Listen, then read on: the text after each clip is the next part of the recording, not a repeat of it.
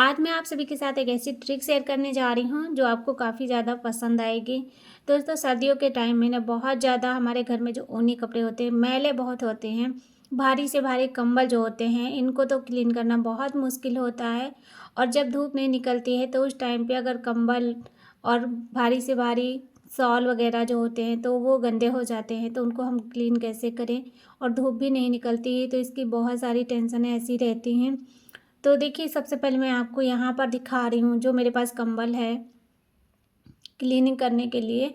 तो यहाँ पर जो ये कंबल आप देख रहे हैं, ये वाला एकदम नया है, तो इसमें कोई गंदगी नहीं है, एकदम बढ़िया सा पैक हुआ रखा है। तो बस इसी तरीके के जो कंबल हम लोग सर्दियों में ओढ़ते हैं और बहुत ज़्यादा गंदे हो जाते हैं, तो भाई उनको साफ़ करना बहुत मुश्किल होता है। अगर धूप है फिर वॉशिंग मशीन में डाल के हम उनको जो है सुखा लेते हैं और मतलब क्लीन कर देते हैं। लेकिन अगर धूप नहीं है तो भाई बहुत मुश्किल होता है। तो चलिए, हम आपको एक बहुत अच्छा ऐसा तरीका बताएंगे जिससे आपको पानी की भी झंझट नहीं रहेगी और आपको ये नहीं टेंशन रहेगी कि धूप नहीं निकलेगी और हम इतने मोटे कंबल धो देंगे तो सूखेंगे कैसे। यहाँ पर देखिए, मैंने लिया है कुकर। और जो मैंने कंबल दिखाया वो तो अभी नया है, तो उसको धोने की ज़रूरत नहीं है मुझे। लेकिन मेरे पास ये शॉल है, तो शॉल भी बिल्कुल वैसे ही कपड़े में आते हैं। ये देखिए, ये भी काफ़ी ज़्यादा अच्छे और एकदम मुलायम सॉफ्ट होते हैं।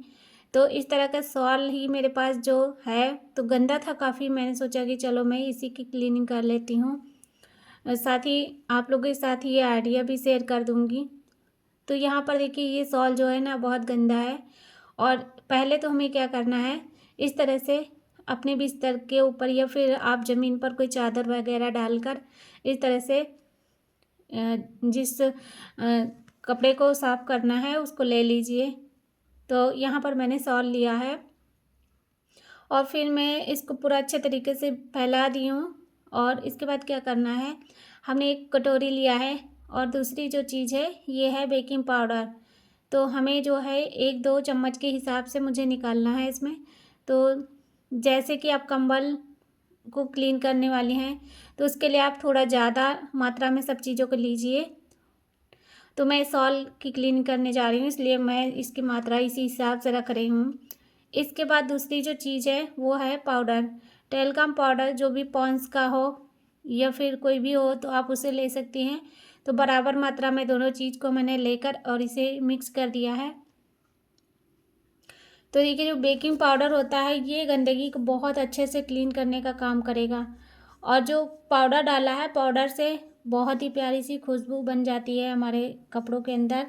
तो इससे क्या है कि जो रखे रहते हैं कंबल वगैरह साल भर स्टोर करके, तो उसमें बहुत ज़्यादा गंदी स्मेल आने लगती है, उससे भी आपको छुटकारा मिल जाएगा और साथ ही क्लीनिंग तो हो ही जाएगी।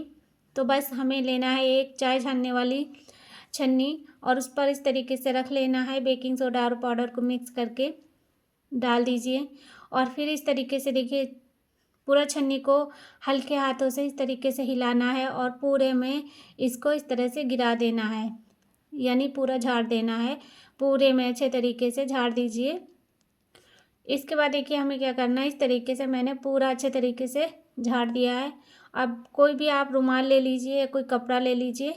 फिर मैं यहाँ पर इस तरीके से इसको पूरा अच्छे से चारों तरफ अच्छे तरीके से इसको फैला दे रही हूँ, यानी कि बिखेर दे रही हूँ, जिससे हमें लग जाए। ठीक है, बहुत अच्छे तरीके से लगाना है। और पहले मैं एक तरफ कर रही हूँ, इसके बाद दूसरी तरफ भी इसी तरीके से बिल्कुल पूरा प्रोसेस करना होगा। तो पूरा अच्छे से किसी भी कपड़े से ऐसे करके पूरा यानी कि पूरे शॉल पर लगाना है, ताकि जितना भी बेकिंग सोडा अंदर की ओर पूरा इसके हो जाए और जितनी भी धूल है तो वो जो है इसकी सहायता से बाहर आ जाएगी। और इसके बाद क्या करना है, हमने यहाँ पर लिया है एक बड़े से तसले में पानी, तो थोड़ा सा गुनगुना है और यहाँ पर थोड़ा सा मैंने इसके अंदर डाल दिया है शैम्पू। तो आप बोलेंगे कि पानी का यूज़ भी नहीं करना है और यहाँ पर पानी कैसे दिखा रही। तो देखिए, जो पानी में आप कंबल पूरा भिगो कर धोते हैं तो उससे तो ये ज़्यादा ही अच्छा रहेगा। बिल्कुल ज़रा सा पानी लेना है यहाँ पर और पानी गुनगुना है तो इससे क्या है कि इसमें जो शैम्पू मैंने डाला है और इस शैम्पू को मिक्स करके हमने यहाँ पर एक रुमाल लिया है और रुमाल को इस तरीके से पूरा भिगो लेना है और अच्छे तरीके से मैंने इसका पानी सारा निकाल दिया है निचोड़ कर। अब इसके बाद हमने यहाँ पर लिया है कुकर का ढक्कन और ढक्कन को इस तरीके से रख के पूरा अच्छे तरीके से इसको मैं ऐसे इसको बांध दे रही हूँ। तो अच्छे तरीके से मैंने इसको बांध दिया है। अब क्या करना है, देखिए आज जितना भी इसका चौड़ाई है पूरा गोलाई है, तो ये काफ़ी अच्छे से क्लीन हो जाएगा इसकी सहायता से हमारा सॉल। अब क्या है कि इसका हैंडल पकड़ना है और इसमें आपको मेहनत नहीं लगेगी बिल्कुल भी।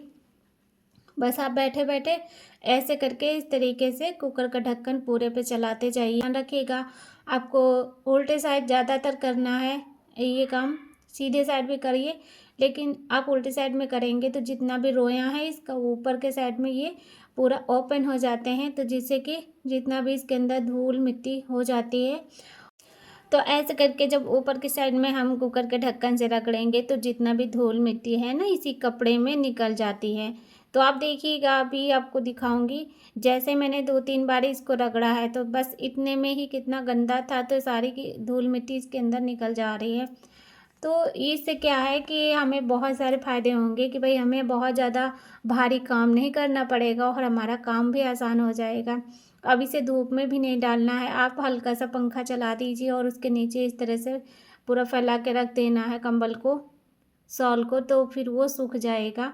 और ये देखिए बस इस तरीके से मैंने इसको पूरा शॉल पर कर दिया है। तो कितना गंदा हो गया रुमाल आप देख सकते हैं, यानी कि वाकई में बहुत गंदा है। तो जितनी भी गंदगी है वो निकल जा रही है इसी तरीके से।